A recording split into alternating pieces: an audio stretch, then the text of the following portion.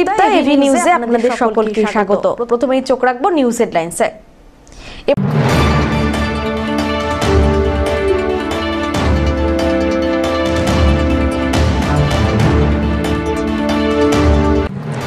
ময়নাগুড়িতে জনসভা করতে চলেছেন অভিষেক বন্দ্যোপাধ্যায়। তার আগে টাউন ক্লাবের মাঠ পরিদর্শন করলেন জেলা তৃণমূল কংগ্রেস সভানেত্রী মহুয়া গোপ।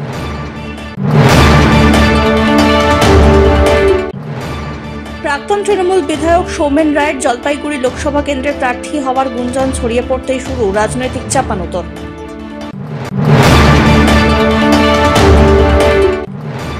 লক্ষ্য লোকসভা জলপাইগুড়িতে শুরু হয়ে গেল কেন্দ্রীয় বাহিনীর রুট মার্চ। জলপাইগুড়ি সদর ব্লকের অরবিন্দ ও বাহাদুর গ্রাম পঞ্চায়েতের বিভিন্ন জায়গায় রুট মার্চ করলেন কেন্দ্রীয় বাহিনী।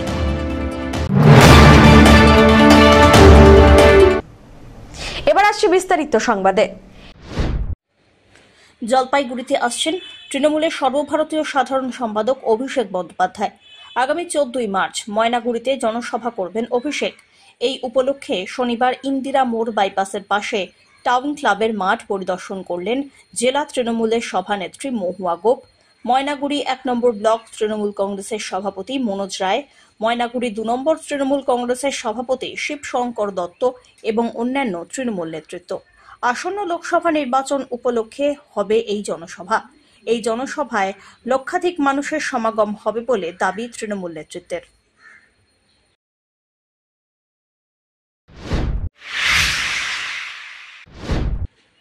সদ্য তৃণমূল ছেড়ে বিজেপিতে যোগ দিয়েছেন কালিয়াগঞ্জের তৃণমূল বিধায়ক সৌমেন রায়। তিনি নাকি জলপাইগুড়ি লোকসভা কেন্দ্রে প্রার্থী হতে চলেছেন। রাজনৈতিক মহলে এই গুঞ্জন ছড়িয়ে পড়তেই তাঁর বিরুদ্ধে তোপ দাগলেন বিজেপির জলপাইগুড়ি জেলা সভাপতি। জেলা সভাপতি বাপি গোস্বামী জানান, সৌমেন রায়কে তিনি চেনেন না। 21 সালে যখন হাজার হাজার বিজেপি কর্মী তৃণমূলের অত্যাচারে ঘরছাড়া, সেই সময় উনি দল বদল করে তৃণমূলে চলে যান। আর এখন উনি বিজেপির সুদিন আসতে দেখে অমনি বিজেপিতে চলে এলেন। এমন লোকের জলপাইগুড়িতে ঠাঁই নেই। জলপাইগুড়ির বর্তমান সাংসদ ডক্টর জয়ন্ত কুমার রায়ের পুনরায় টিকিটের পক্ষে সওয়াল করেছেন বিজেপি রাজ্য সভাপতি ডক্টর সুকান্ত মজুমদার এবং জেলা সভাপতি বাপি গোস্বামীও। এই মর্মেই তারা আগেও বিবৃতি দিয়েছিলেন। প্রথম কথা হচ্ছে, সৌমেন রায়কে আমরা চিনি না, আমি ব্যক্তিগতভাবে তাকে চিনি না। শুনেন, আমি চিনি না, হইতেই পারে। দ্বিতীয় বিষয়, 2021 সালে বিধানসভায় তিনি বিজেপি প্রার্থী হয়ে নির্বাচিত হয়েছিলেন। 21 সালে পশ্চিমবাংলার তৃণমূলের ক্ষমতায় আসার পর যখন তৃণমূল পশ্চিমবাংলায় সন্ত্রাস করলো, পুলিশ সন্ত্রাস, তৃণমূলের সন্ত্রাস, হাজার হাজার বিজেপি কর্মীরা বাড়ি ছাড়া, হাজার হাজার কর্মীদের সম্পত্তি দখল হচ্ছে, মা বোনদের নিরাপত্তাহীনতা ভুগছেন, তখন সৌমেনবাবু বিজেপির সাথে বিশ্বাসঘাতকতা করে তিনি তৃণমূলের অভিষেক বন্দ্যোপাধ্যায় আর মমতা ব্যানার্জি কোলে গিয়ে বসে তৃণমূলের ঝান্ডা ধরছেন। তিনি আজকে বিজেপিতে আসছেন কি আসছেন সে বিষয়ে আমার দেখার জন্য, তিনি আমার জেলার এমএলএ নয়।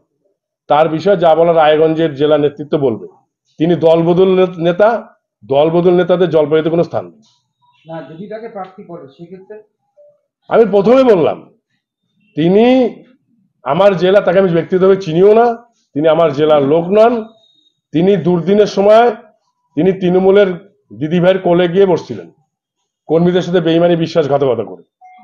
তার ব্যাপারে কি সিদ্ধান্ত সেটা কেন্দ্রীয় নেতৃত্ব বিষয় নিয়ে ভাবার তো আমার ব্যাপার নেই। দক্ষিণের পর এবার উত্তরবঙ্গ। লোকসভা নির্বাচনের আগে উত্তরবঙ্গের জলপাইগুড়ি জেলা দিয়েই কর্মসূচি শুরু করতে চলেছেন দেশের প্রধানমন্ত্রী নরেন্দ্র মোদী। আগামী 9 অথবা 10ই মার্চ শিলিগুড়ি লাগোয়া জলপাইগুড়ি জেলায় হবে সেই জনসভা। শনিবার দুপুরবেলায় বিজেপির জলপাইগুড়ি জেলা কার্যালয়ে সাংবাদিক সম্মেলন করে একথা জানালেন বিজেপির জলপাইগুড়ি জেলা সভাপতি বাপি গোস্বামী। প্রসঙ্গত উল্লেখ্য, 2019-এর লোকসভা নির্বাচনের আগেও জলপাইগুড়িতে ময়নাগুড়িতে এসে জনসভা করেছিলেন প্রধানমন্ত্রী নরেন্দ্র মোদী। এই সপ্তাহে বা সামনের সপ্তাহে ভারতবর্ষের সম্মানীয় প্রধানমন্ত্রী নরেন্দ্র মোদীজির সভা জলপাইগুড়ি অথবা শিলিগুড়িতে হতে চলছে।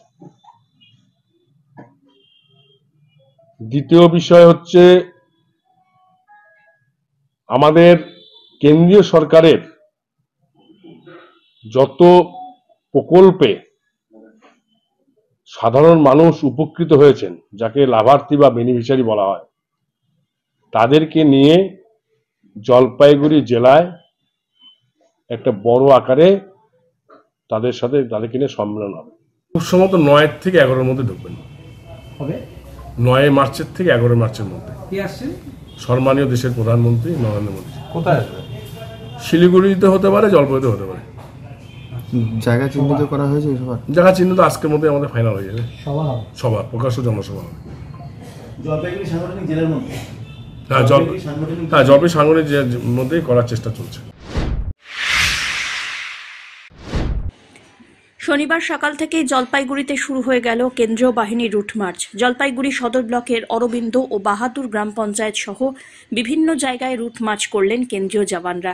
এলাকার সাধারণ মানুষের সঙ্গে কথা বলেন। এলাকার মানুষের নির্ভয়ে ভোটদানের ক্ষেত্রে জওয়ানরা সব রকমের সাহায্য করার আশ্বাস দিয়েছেন। লোকসভা নির্বাচনের দিনক্ষণ এখনো ঘোষণা হয়নি, তার আগে জলপাইগুড়ি সদর ব্লকের বিভিন্ন এলাকায় চলছে কেন্দ্রীয় বাহিনীর টহলদারি। শুক্রবার বিকেলে জলপাইগুড়িতে চলে এসেছে কেন্দ্রীয় বাহিনী। শনিবার সকাল থেকেই চলছে রুট মার্চ। আজকে সেন্ট্রাল বাহিনী আসছে। কি করলো যে গ্রামে গ্রামে ঘুরিয়ে বেড়াবে, রাস্তার রোডে রোডে ঘুরিয়ে বেড়ায়, রোড মার্চ করে। কতটা সুবিধা আপনাদের? অনেকটাই সুবিধা, ভালো। কেন? এই তো মানে যারা হিংসা মারামারি অনেক কিছু হয়, এই জন্য মানে ওইটার জন্য রুখার জন্য আর কি সেন্ট্রাল বাহিনী দরকার আছে। না, ঝামেলা হয় নাই তেমনি টুকটাকি, তাও কিছু হয় আর কি মাঝে খাঝে। কতটা আমরা এটাই ভালো চাই আর কি, যে শান্তিতে যেন ভোটটা হয়। হ্যাঁ, এটাই আমরা চাই, যেন অশান্তি না হয়, কোনোখানে যেন মারামারি না হয়, এটাই চাই। বললো যে এখানে গ্রামে যেগুলো কোনো অশান্তি হয়েছে নাকি বা শান্তিতে আছে না অশান্তি হচ্ছে, এটাই বলে গেছে, যেন শান্তিতে হয় ভোট, এটাই বলে গেছে। চাই সেন্ট্রাল বাহিনী দিয়েই ভোট হোক, তাহলে কি হবে? তাহলে ভালো হবে। ভোট দিতে পারবেন? হ্যাঁ, কেন পারবো না। ভোট আসলেই রাজ্যে প্রধানমন্ত্রী নরেন্দ্র মোদীকে দেখা যায়। এদিকে রাজ্যের 100 দিনের কাজের টাকা, আবাস যোজনার ঘরের টাকা আটকে রেখেছে কেন্দ্রীয় সরকার। তারই প্রতিবাদে জনসভার ডাক দিলেন মুখ্যমন্ত্রী এবং অভিষেক বন্দ্যোপাধ্যায়। শনিবার জনসভাকে সামনে রেখে জলপাইগুড়িতে দেওয়াল লিখন সহ একাধিক কর্মসূচির আয়োজন যুব তৃণমূলের। আর সেই আয়োজন করলেন যুব তৃণমূলের প্রাক্তন জেলা সভাপতি তথা পুরসভার উপপুরপ্রধান। এদিন থানা মোড়ে এক কর্মসূচির মধ্য দিয়ে জনসভার প্রচারে নামল তৃণমূল। কেন্দ্রীয় সরকার রাজ্যের 11,36,000 গরিব মানুষের আবাস যোজনার ঘর এবং প্রায় 59 লক্ষ বাসিন্দার জব কার্ডের টাকা আটকে রেখেছে বলে অভিযোগ। এ বিষয়ে সৈকত কি বললেন, শোনা যাক। দেখুন, যখনই ভোট আসে তখনই প্রধানমন্ত্রী নরেন্দ্র মোদীকে দেখা যায় বাংলা আসতে এবং বলতে যে বাংলা নাকি স্বাধীনতা সংগ্রামের মাটি। আর এটা কি নরেন্দ্র মোদীর সার্টিফিকেটের প্রয়োজন আছে? আজকে আপনারা দেখুন, বাংলার মানুষকে যেটা সবচেয়ে বঞ্চনা করেছে বিজেপির নেতৃত্বে কেন্দ্রীয় সরকার। মনরেগা একটা কিন্তু আইন, এবং সেই আইন অনুযায়ী আপনার যারা কাজ করবে তাদেরকে 100 দিনের কাজের টাকা দিতে হবে। আজকে ইউটিলাইজেশন সার্টিফিকেট যারা সবচেয়ে দিতে পিছিয়ে রয়েছে, উত্তরপ্রদেশ, মধ্যপ্রদেশ, গুজরাট, এবং যারা ভুয়ো জব কার্ড যাদের সবচেয়ে বেশি, উত্তরপ্রদেশ, মধ্যপ্রদেশ, গুজরাট, তাদেরকে কিন্তু 100 দিনের কাজের টাকা দিয়েছে, কিন্তু বাংলাকে কাজের টাকা বঞ্চনা করেছে, যেখানে বাংলায় ভুয়ো জব কার্ডের সংখ্যা সবচেয়ে কম। আজকে সেখানে দাঁড়িয়ে আমি একটা কথা বলতে পারি যে এই প্রেক্ষাপটে এবং এই যে আবাস যোজনায় 40% রাজ্য সরকার দেয়, 60% ভারত সরকার দেয়, এবং সেখানেও রাজ্য সরকার তার টাকা দিতে তৈরি, কিন্তু আবাস যোজনার 11,36,000 পরিবারকে টাকা দিচ্ছে না কেন্দ্রীয় সরকার, কেন্দ্রের অংশটা। তাহলে সেই জায়গায় দাঁড়িয়ে বঞ্চনার বিরুদ্ধে 59 লক্ষ মানুষকে 100 দিনের কাজের টাকা দিচ্ছে না, 11,36,000 পরিবারকে আপনার দিচ্ছে না, কি বলে, বাংলা ভাষায় বাড়ির টাকা দিচ্ছে না। এই প্রেক্ষাপটে দাঁড়িয়ে জনগর্জন সভার ডাক দিয়েছেন অভিষেক বন্দ্যোপাধ্যায়, মাননীয় মুখ্যমন্ত্রী মমতা বন্দ্যোপাধ্যায়ের অনুপ্রেরণা। তারই প্রচার আজকে জলপাইগুড়ি ডিভিশনাল হেডকোয়ার্টার জলপাইগুড়ি শহরে শুরু হচ্ছে পোস্টার এবং দেওয়াল লিখনের মধ্য দিয়ে। ধীমান রায় রিপোর্ট, এভি নিউজ।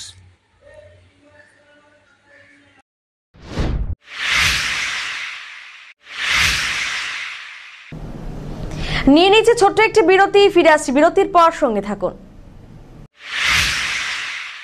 পশ্চিমবঙ্গ সরকার যুব কল্যাণ বিভাগের যৌথ উদ্যোগে আয়োজিত শতাধিক যুব কম্পিউটার প্রশিক্ষণ কেন্দ্রগুলির মধ্যে জলপাইগুড়ি সদর যুব কম্পিউটার প্রশিক্ষণ কেন্দ্র একটি। এখানে যুব কল্যাণ বিভাগের নির্ধারিত বিভিন্ন কোর্স রয়েছে, যেমন সিআইটিএ, ডিআইটিএ, সিএফএস, ডিএফএস, অটোক্যাড ইত্যাদি। মাধ্যমিক ও উচ্চ মাধ্যমিক পরীক্ষার্থীরা আবেদনযোগ্য। এখানে একজনকে একটি কম্পিউটারের সাহায্যে অভিজ্ঞ শিক্ষক দ্বারা প্রশিক্ষণ দেওয়া হয়। তাই দেরি না করে নিজের ভবিষ্যৎকে স্বনির্ভর করতে যোগাযোগ করুন শিল্প সমিতি পাড়া, নিয়ার বেগুনটারি, শহীদ লেন যুব কম্পিউটার প্রশিক্ষণ কেন্দ্রে। আরও বিস্তারিত জানতে দেখুন গভর্নমেন্ট ওয়েবসাইট www.wpyouthservice.government.in। আগামী 5ই মার্চ রাজ্যব্যাপী পরিবহন ধর্মঘট সফল করতে শনিবার জলপাইগুড়ির ডিভিসি রোড এলাকায় সিটু অনুমোদিত সংগঠন NBBTWU এর সদস্যরা বিক্ষোভ কর্মসূচি পালন করলেন। মূলত কেন্দ্রীয় সরকার চালকদের উপরে নতুন নিয়ম আরোপ করছে, আর তা অমানবিক বলেই অভিযোগ তাদের। তারই প্রতিবাদে আগামী 5ই মার্চ ধর্মঘটের সিদ্ধান্ত নেওয়া হয়েছে। সাধারণ মানুষকে এ বিষয়ে এগিয়ে আসার আহ্বান জানিয়েছেন এবং ধর্মঘট সফল করতে আহ্বান জানান সংগঠনের সদস্যরা। আগামী 5ই মার্চ পশ্চিমবঙ্গব্যাপী পরিবহন ধর্মঘট হচ্ছে। মোদী সরকারের ভারত ন্যায় সংহিতায় পূর্বের যে সমস্ত মোটর ভেহিকলসের আইন ছিল সেগুলোকে সব বাতিল করে নতুন যে আইন নিয়ে আসছে সেই আইনের বিরুদ্ধেই গত 16ই ফেব্রুয়ারি সারা দেশব্যাপী পরিবহন ধর্মঘট হয়েছে। ওই দিন যেহেতু আমাদের রাজ্যে উচ্চ মাধ্যমিক পরীক্ষা ছিল, আমাদের পশ্চিমবঙ্গ এই ধর্মঘটের মধ্যে আমরা সংগঠিত করতে করি নাই। সেই ধর্মঘটটাই আগামী 5 তারিখে হচ্ছে।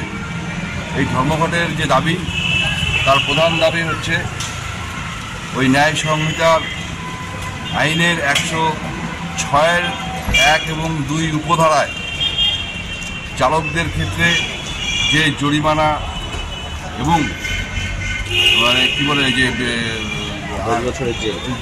10 বছরের জেল, 10,000 টাকা জরিমানা, যাত্রী যে দুর্ঘটনা ঘটলে পরে সেই দুর্ঘটনাগ্রস্ত সেই রুগীকে হাসপাতালে নিয়ে যেতে হবে, চিকিৎসা করাতে হবে, অথবা পুলিশ না আসা পর্যন্ত অপেক্ষা করতে হবে।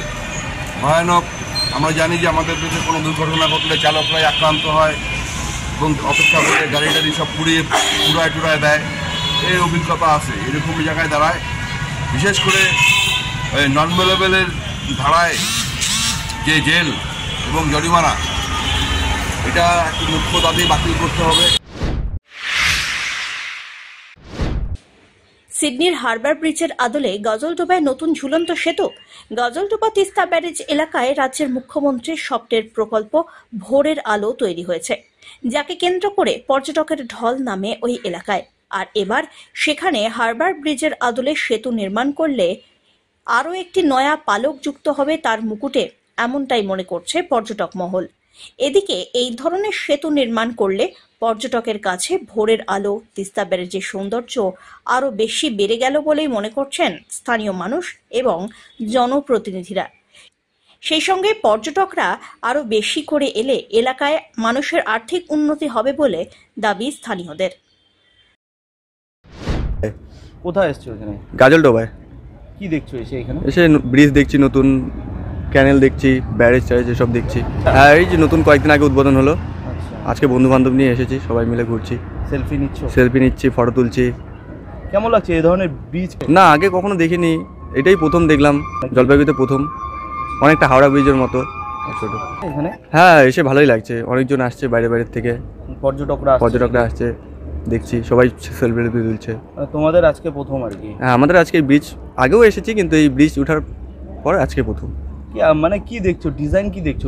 ডিজাইন খুব সুন্দর করেছে, এত সুন্দর ডিজাইন আগে এরকম কোনো ব্রিজ নাই জলপাইগুড়িতে যে এত সুন্দর ডিজাইনের। এটা গাজলডোবাতেই প্রথম দেখলাম। হ্যাঁ, আরও আসবো। হ্যাঁ, অনেকজনই আসছে। ভিড় কেমন হচ্ছে এখানে? ভিড় আজকে সেরকম নেই, হয়তো রোববার আসলে আরও বেশি ভিড় দেখতে পাবা। এখানে গাজলডোবা এই ব্রিজের এখানে দেখতে এলাম। আজকে প্রথম? আমি প্রথমে এলাম, শুনেছি, আর আগেও এসেছি যখন এই ব্রিজ হয়ওনি তখন এসেছিলাম। কেমন লাগছে এসে? ভালোই লাগছে, আর এত উন্নতি হয়েছে তো এসে দেখে ফিলিং ভেরি গুড কি এতটা এরকম আমাদের এখানে পরিবেশ। এখন বাইরে বাইরে থেকে কলকাতার লোকজন আসছে এখানে, তো সবাই এসে জিনিসটাকে দেখছে, তো ভালোই লাগছে ব্যাপারটা। হ্যাঁ, অনেকটা মানে আপনি বলতে পারেন যে এরকম স্ট্রাকচার তো প্রত্যেক জায়গায় দেখা যায়। যদি আপনি দেখেন সিমিলারলি টু হাওড়া ব্রিজ টাইপেরও আছে জিনিসটা।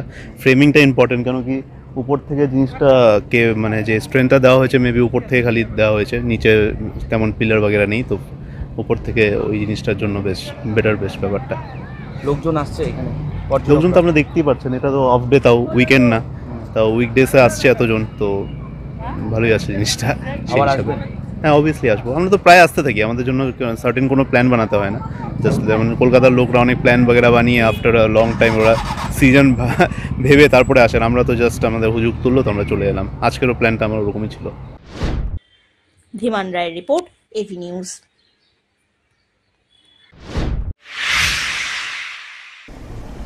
শেষ করবার আগে নিউজ হেডলাইন্স আরো একবার।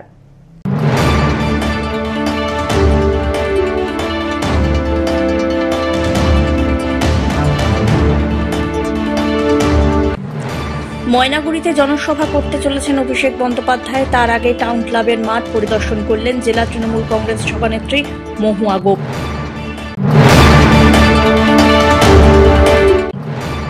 প্রাক্তন তৃণমূল বিধায়ক সৌমেন রায়ের জলপাইগুড়ি লোকসভা কেন্দ্রের প্রার্থী হওয়ার গুঞ্জন ছড়িয়ে পড়তেই শুরু রাজনৈতিক চাপানোতর।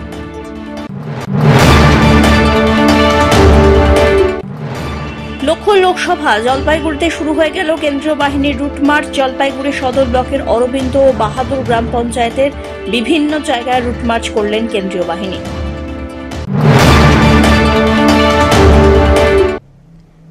এখনকার মতন এভি নিউজ এ পর্যন্তই। পরবর্তীতে আসছি আরো সংবাদ নিয়ে, দেখতে থাকুন আমার ভিশন। নমস্কার।